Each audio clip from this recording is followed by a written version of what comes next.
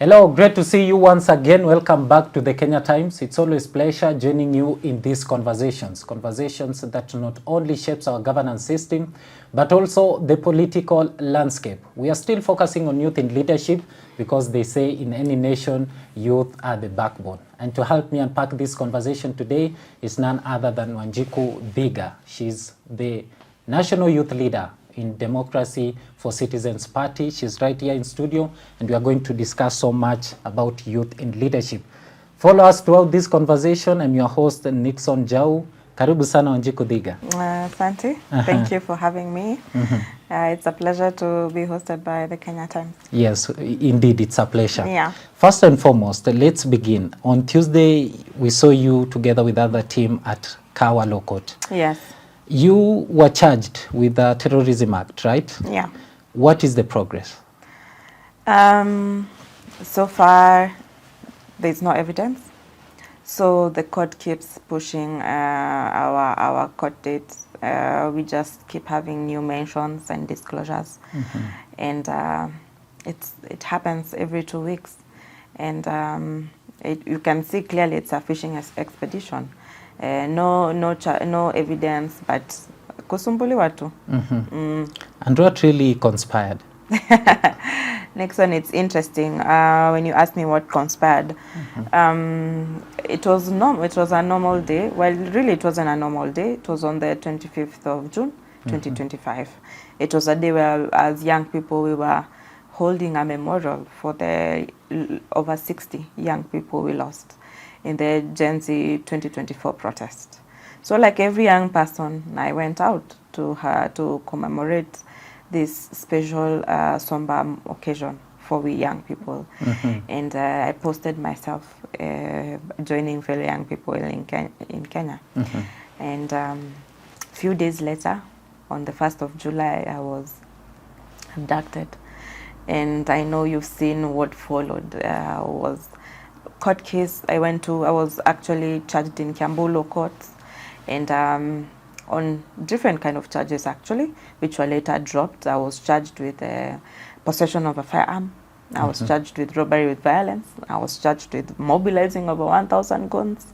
I was charged with burning Kikuyu law courts. I think also Muitune police post, you know, and because there was also no evidence for such kind of work, that case was that file was closed because I had 2 ongoing court cases. After that, during my when I went to Kiambu courts, I was granted bail and bond of 250,000 and 50K cash bail, and then they didn't let me leave. I was abducted again, taken to a Nairobi safe house. You're rearrested. And yeah, and I will say abducted because they didn't tell me they are taking me. You know, when you're arrested, you are told, we are holding you for this and this. This one, it was violent. My clothes were tattered. I didn't even live with shoes. I didn't know where I was going. I was put in a Volkswagen, you know. And then I was taken to a Nairobi safe house again to reappear again, to be told now I'm being held on terrorism charges. And terrorism charges are not flimsy charges. It's such a heavy charge. It's a serious charge. Yeah. Yeah. And how many were you when you were being arrested and charged with the Terrorism Act? From my at that moment I knew I was alone, but when I was taken to cells, I started meeting young people who are also being charged with the same charges, and that's how I started discovering there are young people in cells. And you know, I alerted my lawyer. I told my lawyer there are fellow young people who have been arrested with the same charges that I'm facing, and that's how. And we were 37, 38, yeah, 38. And now we combined our cases. We give them free legal representation to support, because these are young people. They didn't even understand. You see, when would be put pale kwa kitokea pale kwa koti, yes, where you stand. You know, they are whispering. They tell me, I don't have a lawyer. What do I say? You see, and you could see these are just young people who are very afraid and confused. And we had to give them free legal representation. And I know you've seen Honorable Jerry Maina has done so much work around that. And we know that Terrorism Act, being charged with is a very serious offense. Yes. It's a very serious judgment. Yes. Especially to young people. And it comes with a very serious consequences. Yeah. What can these youths be helped? So I urge the government to truly drop these charges. You know, they affect young people's lives, you know, from accessing job opportunities to traveling outside. Already a red flag. This means that, you know, as young people who are already compounded with issues of unemployment, access to inaccessibility to opportunities, even going outside, especially right now we are seeing so many young people joining overseas, you know, labor markets in the overseas.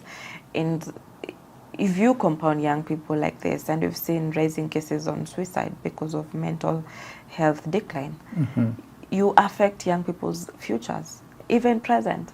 I can talk about my life today. A number of people have ghosted me. They can't talk to me. They don't want to hang around me because, you know, of the terrorism charges. The organizations that can't align themselves with me because I have an ongoing case on terrorism. So you truly deny young people opportunities and the exposure that they need as they grow their lives. So for me, it's to urge the government, stop doing this to young people. These are young people who voted you in, who truly expect that the security agencies, the country itself, will protect them. Instead, they harm vulnerable young people's lives who are truly innocent. Yeah. And let's now talk about youth in leadership. We have seen for the first time, you know, youths have come out to be involved in these political, in a political field. For the first time, we have seen youths, you know, coming out, demanding for accountability. Yes. What is that enough for youths to come out, protest, and talk? Okay. Is that enough for our future? It's a start, Nickson, which I'm very elated about. For years, I've spent as a civic educator in the youth space, raising the political consciousness of young people. And many young people will tell me, siasa si kitu yangu, you see. But young people today understand that personal is political, something that I try to do my best to let them know. And seeing young people on the road, you know, demonstrating, peacefully demonstrating, shows also that this is their way of public participation. Young people remain unheard by this regime, and that's why they go to demonstrate. And you've asked me, is it enough? No, it's not enough, but it is a start. I would want to urge young people to ensure you have your ID card. And above all, because your ID card is what gives you access to a voter's card. And as next month, as IEBC opens up voter registration process, every young person has to ensure that they have a voter's card. Because truly, ballot is where the change is going to happen. And young people are the change drivers of this nation. So 2027, the backbone of change is going to be on young people. And we must speak in a united voice. And what do we want to see post 2027? But most of Gen Zs are saying we don't want to follow the legacy politicians. Yeah. You are a youth leader within the DCP party. Yes. Your party leader is Rigathi Gachagua. Don't you see that you are going against what Gen Zs want? Like, they are now saying we don't want to follow the legacy politicians. We want a new system. We want a new change. We want this old generation to be scrapped away and we begin a new one. Yes. What's your reaction on that? I get young people's concerns because earlier I ran for office in 2022 and I was in a political party that wasn't empathetic to youth leadership. I had the popularity on ground. I was leading. 2022 elections was very unique because it was an election where there was a lot of consensus and coalitions coming around. And when on-ground polls were done, I emerged victorious twice. And I was leading, and it was agreed that I was going to be given this ticket because I'm the one who's leading. Later to see it being sold to an older man. I get young people's concern about trust, and they know, because the party leader, I don't want to mention him, the party leader truly took matters to his hand and refused to listen to the ground, you see. He refused to connect to what people on the ground were saying. This is the person who would want us to represent. But my party leader is different. My party leader has a very keen ear to the youth issues. I know in 2024, he's the person who came out and spoke to the youth issue. Or actually, young people are being killed, they are being murdered. He told his boss, you need to stop this. And we knew that was the last straw for him now to be impeached, because he said he defied his boss. But this is a party leader who, or an individual, a politician who truly has the interest of young people at heart. I know young people are rebelling at the moment because their concerns for a long time have always been ignored. But for me, is to ensure them that DCP is youth-led. You've seen the politicians who are leading us are like Senator Medho. We have Senator Karongo. We have Honorable Njeri Maina. We have Honorable Ngogoyo. We have Honorable Mukunji. It's a youth-led party. That goes to show that it's young people taking charge of its own dreams, of their path, and for social change. So for young people, do not worry. We have been given a platform, a political party. And you know what? Political parties is the mainstream or the pipeline where young people can actually engage their political voice. So for young people, do not fear DCP. DCP party is a whole institution that has different organs away from just our party leader, because sometimes we really fixate on individuals instead of even looking at a whole institution that drives a political party agenda. Therefore, for us, our party actually really leans on inclusivity, equality, and justice.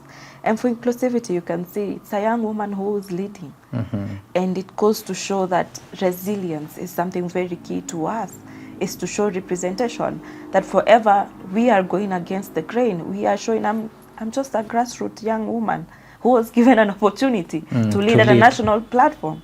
It goes to show that for us, every young person, so long as you yearn for change, you are yearning to run for office, this is the place you're going to get the opportunity to lead. And how many youths do DCP have in leadership? Oh my, we have quite a number. I will speak about the highest decision-making organ, that is the NEC, the National Executive Committee. We have about 7 young people. It's truly unheard of in Kenya, having over 7 young people sitting at a high-level decision-making table. And that goes to say that every decision that is made with a youth lens. We are there quickly to say, no, this will not work for young people. And maybe if we do it this way, then this is what is going to address youth issues. And above all, it's getting direct mentorship in politics. I think some people think maybe politics is easy. It's not. It's a science. It's a science, and you have to get mentorship from politicians like His Excellency Rigathi Gachagua, who's such an astute politician, and it helps bring the momentum of young people who are going to take over in 2027, in 2032, when we're going to see a whole generational shift. Yes. But at the same time, there are still youths and Gen Zs who feel that these legacy politicians are just using us. We need to find our own path to leadership. Yes. What do you have to say? I would say that I understand their concerns again, but this time around, DCP truly means well for young people. In every county, I have youth leaders who are championing change, and we are mobilizing young politicians, young talents who are going to run for office. Again, we have an agreement, a quota of party tickets that will go to young people. We have a target of young people who are going to go to parliament. So away from the legacy politicians, we need them, because at the end of the day, we need resources, we need mentorship, we need wisdom. So for us to have a very wholesome and harmonious society, we must be able to work together. And I truly appreciate that the senior politicians are, extending a hand. They're saying, no, we get you, and we want now to work together. And I'm there bridging this generational divide and ensuring that we move together. Yeah. And maybe there's someone who will ask, what policies or program is DCP proposing, you know, to address youth unemployment and economic, you know, empowerment among youths? Yes. Nickson, what we haven't done is that we haven't launched our manifesto yet. We were to launch our party on the 7th of July. I was taken on 1st of July. So obviously, it was a distraction. Yeah, we had to hold the party launch plans. So we are going to launch our manifesto and share solutions that we want to share with the Kenyans and show what we want to see post 2027. Fixing Kenya is going to be is our main and only agenda. And above all, is to implement the constitution fully. Is to ensure, you know, separation of powers and independence of institutions, like the judiciary, like EACC. Is to ensure that social and economic rights of people are respected, that political rights of people will be respected, because like today, this state or this regime does not tolerate dissent, that does not tolerate political, you know, ideologies of different people. Is to ensure that as young people, right to education exists. We know the student-funded model is not working. So our manifesto is coming up, and we're going to share with Kenyans what we're looking forward to do. Why should, you know, Kenyans, especially youths, trust your manifestos? Because many parties do come with manifestos. Even the current regime at a time came up with a manifesto. What you're talking about is what they talked about, but now they are not being followed. Yes. Why should Kenya, you know, especially youths, you know, trust your manifesto as the DCP? Actually, when you do the UDA manifesto tracking, it's below par. We've done manifesto tracking of what they said they're going to do for Kenyans. It's below par. And for us, and what's different with DCP, our manifesto is participatory, because we believe in participatory democracy. Our rallying call is Skiza Ground. We are truly listening to what Kenyans are saying. As a young person, where I sit from, I know what young people are going through. But again, it's contextualized. I come from a semi-urban area. I come from Kiambu. What about what a rural young person is coming from Mandera, or from, you know, Taita Taveta, or from, you know, Chuka? It's very different, and that's why our manifesto has been participatory. Asking as a young person from Chuka, what is it that you go through? As a young person from Turkana, what is it that you go through? And what do you think is the solution that can truly work for you? Again, contextualized because of different counties and locations where we come from. But again, we believe in the power and energy of young people. We believe that young people are able to create solutions themselves. And above all and beyond, if young people are given the country to run themselves, then they're able to own the process of change, the process of growth in every sector, be it economic, be it in the political and social spaces. It is the only way then young Kenyans can feel that they truly own Kenya. And we cannot always say young people are leaders of tomorrow, they are leaders of today. So for us, we've taken charge and we said manifestos must be participatory. And you mentioned that you vied for an MCA seat in 2022. Yeah. How old were you then? Kiliniramba, I was 26. You are just 20s yes, I there. was my 20s. How was the feeling, you know, going to the field as a young person, you know, looking for votes, talking to the ground? Yes. How was the feeling? What I realized is that Kenyans like being engaged, by the way. And you will have, it's not going to be truly easy, but you will have an easy time also engaging Kenyans, because you are telling them what you want. You'll want to represent them. And what you have. Yes, and what you have, what is your manifesto. But it's a different ball game if we are a young woman, especially unmarried. Because For men, they get excited. They look at you and they're like, "Oh, I can marry her, maybe." You know, should she be successful? And so, yeah, I can be the husband to an MC. Okay. To mheshimiwa. Yeah. It's a bit different for older women. They claim you utawaibia mabwana. Yeah. Which I found it very, very weird, because nitaibia kila mtu mabwana jamani. Yeah, so those are some of the challenges you faced on the among ground. all, also I went through a lot of harassment, sexual harassment. You see, I was forcefully kissed twice on the campaign trail. That means I had to add more security, meaning that brings my campaign financing higher. And you see, campaign financing in Kenya is very, very expensive. True. For you to win an MCA seat, you need to have about 13 million. 13 million? Yes.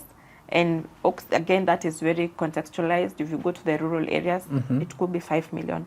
But you go to urban, peri-urban areas, it goes as high as 13 million. And that doesn't guarantee you'll win, but it gives you a true chance to win. And I only had 3 million. And for me, that means that I truly struggled with financing. And fellow young people who can oppose their manifesto, Sarah, they will ask you, umetua charge sasa. So at our way, they wanataka kuchomwa. So it was a quite arduous, but also it built me because look at me, I'm at national level, and I truly lead from a place of empathy, because I understand what it means for a young person to run for office. I understand what the challenges that we'll go through. And that's why I'm best person to lead DCP, because I will give you the support that I already know that you need. And that's why for me, I'm very passionate about leading the Youth League for DCP, because as I see young people running for office, I remember myself. I remember what I went through. There are places where you'd hang your banners, lazima ulipie security daily. If you don't toa that do, usipochomoa bana unasikia ati bana iko chini. It's down. So I truly know, and I've planned for you know trainings that I'm going to take through young people, so that they understand and how politics or campaigning is on ground, and how they can navigate and mitigate, budding issues or emerging issues. You have said that for you to win an MCA seat, you need at least 13 million for you to be in a good position to take over. Now on youths don't have these resources. What should they do? And that's why actually there's now this new political reawakening, that because the cost of financing, political finance is very high, because ground wanna demand sana tokens, and handouts. But now with the political reawakening, people have understand the cost of selling. Tuseme wanauza kura, kuuza kura. And I expect 2027, and we've already started seeing now, ground people are not really demanding handouts. They're like, no, we don't want your money. We've seen what happens when we take your money. You go to assembly and you don't represent us. They've experienced bad governance. Yes. Now, simply put, yes. So what you've seen the ground is they're all about, can you tell us what you can do? What is your political experience? Where have you led? You see, and for me, it's also to encourage voters, for young people. There are young people who have led in high school as head, captains, school captains. These are the people who, let's see them transit from high school to college to now on ground, and give them the opportunity, because they've shown leadership experience. And I trust that 2027, the political cost or financing won't be as high, because now voters also have had the opportunity to learn their lesson. They are much educated. Yes. Yeah. But there's also a challenge. You have talked about tokens. Yes. That is the real ground during campaigns. And youths maybe there are those youths who will want to vie. They go to the field, they've been asked, give us something. What you have explained. Yeah. And at many times, do you think that in 2027, maybe we are going to have a different political, change? The ground, people are now much educated, that we don't need your money much. To put it clear, will people now want to hear from you, the Yeah. person than the money? Yes, I expect, and we are seeing the ground truly changing. People are listening now, and people are giving, you know, a contemporary person, you know, somebody who wouldn't be given an opportunity to even just address crowds, an opportunity to address. Bad governance has truly taught Kenyans one or two about, you know, political education. And for me, is to encourage young people, don't fear the ground. Tell people you don't have, even people can see somebody who doesn't have money. And you see, we've seen a lot of empowerment programs from state. So people are like, that is the money we are going to eat. And then when you come to drill genuine politicians, you want to listen to those people who are not here to feed us money. Again, I would want to say this. People have now started discovering that truly the ballot is secret. Just because you've given me 200 bob, that doesn't mean that I have to vote for you. So when they go to the ballot, I hope and I truly expect them to vote in the person they truly feel that this person is different, and he can work with us to do a lot of social change in our communities. And above all, somebody who's reachable. You know, some people you vote in and you never see them again. So somebody who comes from their community, somebody whom they can access at the end of the day. And maybe, do you feel that young people are given enough space, you know, in political, you know, decision-making structures? I will speak for DCP party, yes. We have young people, even in the secretariat. And this is what makes it very comfortable for young people when they visit DCP offices. They meet faces of people who look like them. You tell them that is the NEC member of Diaspora Affairs. Gosh, she's so young. You mean that part? You know, and that gives them the opportunity. They really feel at home. And for me, I'll even speak at a personal level. When young people come to the party to say, we want to meet the DCP National Youth Leader, they're brought to me. They're like, oh my God, you're a young woman. You're the one. We expected to see an older, you know? Yes. They always expect to see somebody they cannot connect with. But when they come to the office, they're like, I'm meeting somebody like me, somebody who understands. Who can understand. Yeah, and somebody I can truly relate. When they chat me, I chat back. Actually, I chat back with stickers. They're like, "Do you mean? Is this really the National Youth Leader?" Yani tuko flexi sana. Yeah. And it goes to show 2027 is going to be occupied by young people. We're going to see a lot of young leaders, and for me, is to urge them today, before even they get there, we have to show that we truly mean business.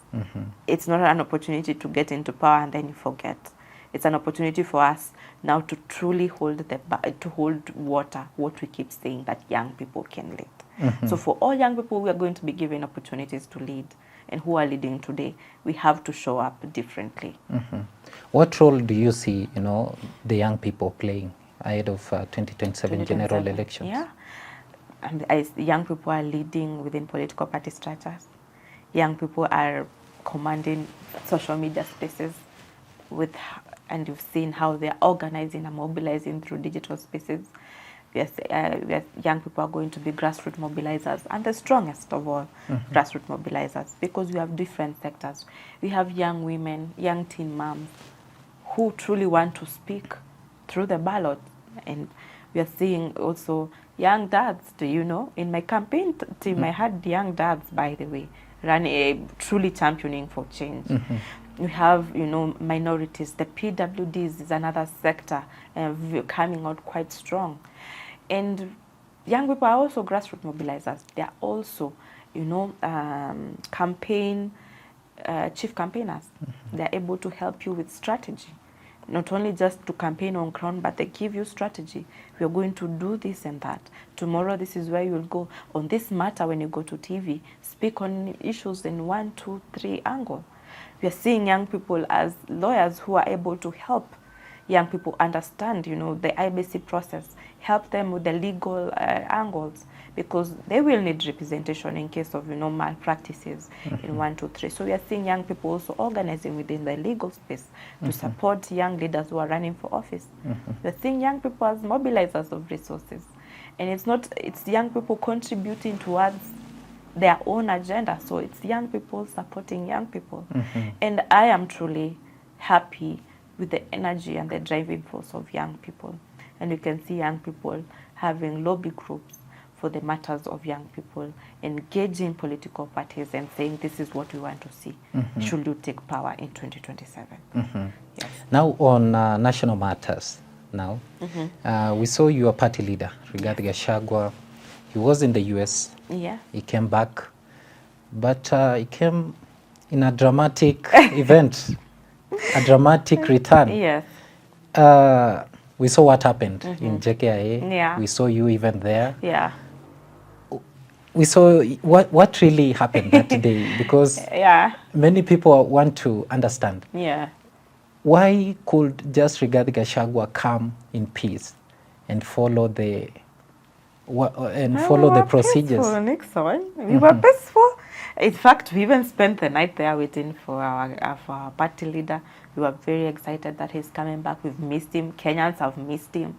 You see, the opposition was a bit lull without him around, so it was so nice to have him back. And from the onset, everything was peaceful, everything was calm. But throughout, by morning, we had seen already we were infiltrated. We had a lot of DCI cars, you know. So someone who has gone through abduction, I know them. They use Volkswagen, they use Subaru, and they use double cabins. So we saw them around. And we had police in uniform, especially military police. And when you see military police, you know they are going to unleash chaos. And then we had also police in uniform. And we had a chopper that was... That is in the morning of that day? Yes, yes, yes. And before our party leader came, we had already, you know, in the media, the cabinet secretaries were already speaking of arresting him. You've seen they had given, would I say, threats or direct orders to arrest Rigathi Gachagua. So when he came, he took a little bit of time inside the airport, you see, before getting out of the gate. Yes. So people got very anxious, and they realized they wanted to arrest him. So people themselves are the ones who protected Rigathi Gachagua to his car. They are like, we know we are not going to let you go. We are escorting you to your car. We want to ensure that you leave the airport safe and sound. And that's what happened. So that anxiety is what caused a bit of unrest. And that infiltration, again, were people to, you know, to cause disorder, to cause people to be jumpy. Simu zinanyanganyanganywe hivi. So you see that, and it caused unrest and panic. And he was to address the people in Kamukunji grounds. Yeah. But Yeah, unsuccessful. What happened? And I remember I was the team who went ahead, and we saw the goons that were on the road. And you will see on my social, I posted the videos with police officers, you know, manning the guns and supporting them to ensure that His Excellency doesn't address the rally at Kamukunji. And that's what happened. It was violence. And gun politics is very costly. If we continue entertaining this, that's how Haiti went and started. We must condemn gun politics, and there's a democratic cost, and there's a human cost towards, you know, gun politics. Young people get hurt. You see, because guns are young people, because they're being kept vulnerable, because the state today has refused to solve systemic issues that affect young people. Therefore, if you're given 1,000 bob or 200 bob or even 50 shillings to go and beat up someone, you will take it because you have a need. And away from now the dramatic return, many people will say maybe Rigathi Gachagua went to the United States to address the Kikuyus only. He was not addressing the people, general people, as a national leader, and he has been termed as a tribalist. Yeah. What do you have to say? Next one, there's nobody who knows how to connotate or drive a narrative as much as his president, His Excellency Ruto. And it's unfair that the Kikuyu community has been targeted and being called tribalist everywhere. But identity is not tribalism. Representation is not tribalism at the end of the day. And we must stop doing this. We must stop growing this shift, this deep rift in our communities. His Excellency Rigathi Gachagua, when he was in the United States, he met all Kenyans. But you see in Kenya, in the US, sorry, people organize themselves in how they know best. And it's like even in campuses, in leadership, you have the House of Gema, you have House of Mulembe, and whoever you want to meet and deliberate matters on, you're able to meet because people are able, they have already been able to put themselves in different spaces. His Excellency met everyone. He met the Kikuyu community, he met the Kitsi community, and which is very fine because they're also all Kenyans at the end of the day. And that's how they've been able to organize themselves and take care of themselves as a community in the US. So if we stop driving this agenda of tribalism, God is also tribal. He created how many tribes in Kenya? And in the world, how many tribes do we have? Being tribal is nothing. But there are still people who say, why don't Rigathi Gachagua put himself as a national leader? But he is a national leader. Most of the time, people may say, he normally talks of Murima. In every event maybe he goes, maybe in every event he attends. Murima will not lack in his mouth. You must be proud of where you come from, Nickson, aren't you? My name is Wanjiku. I dropped my first name. I don't know who, my first name is Sarah. I don't know who Sarah is. But talk to me about Wanjiku. I know who Wanjiku was. She was a daughter of Mondi. I know I know what her character is. And it gets to help me explain that I am a no-nonsense and hard working woman because Wanjiku was that way. So it gives me rooting and identity. My culture gives me identity and rooting. And one thing I will tell you, and first of all is to ask you a question. What is the first rule of leadership? Maybe give it a shot. What's the first rule of leadership? From your locality? No, just in a very broad perspective and a global perspective. The first rule of leadership is that you must love the people you lead. Jesus Christ loved every person he led. You saw he dined with commercial sex workers and tax collectors. His Excellency Rigathi Gachagua loves his community. That's what he's faulted for. But at the end of the day, even as he has spoken for his community before, because he had to get the backing of his community so that he can rise to national leadership. For me, I had to get the backing of my community for me to come to be in this place. To be in a national platform. Yes, they say, oh, we know this girl. She's from our community. She's led here. We've seen her work. We've seen her capacity. We truly allow her to lead in this space. And we did as the mountain. We gave His Excellency Rigathi Gachagua to go lead at the national platform. So he must represent us. He has no option but to represent us. But today His Excellency Rigathi Gachagua is a presidential aspirant. He's running for president. He is a national figure. He speaks for every person. You've seen him engage all media from different parts of the country. You've seen his campaign rallies across the nation. You have. So this is just a tribal narrative connotated by states so that he can be marginalized and excluded from the national politics. And that's something we won't allow. And on his ambition of becoming a president, he came out boldly and said he's a presidential aspirant. Yeah. Don't you think it is a threat to the opposition unity? No, it's not. All political parties within the opposition coalition, they're all presidential aspirants too. Well, not all, but most. We have Martha Karua, we have Kalonzo Musyoka, Eugene Wamalwa. It's not truly. We have Fred Matiang'i. It's not a threat.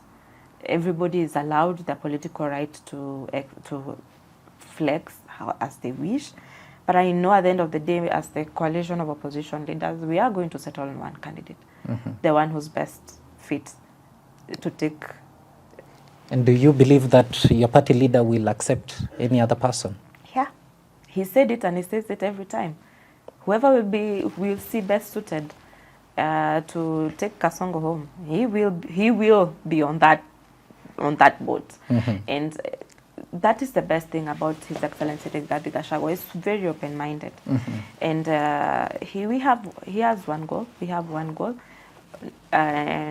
the major goal is Ruto must go.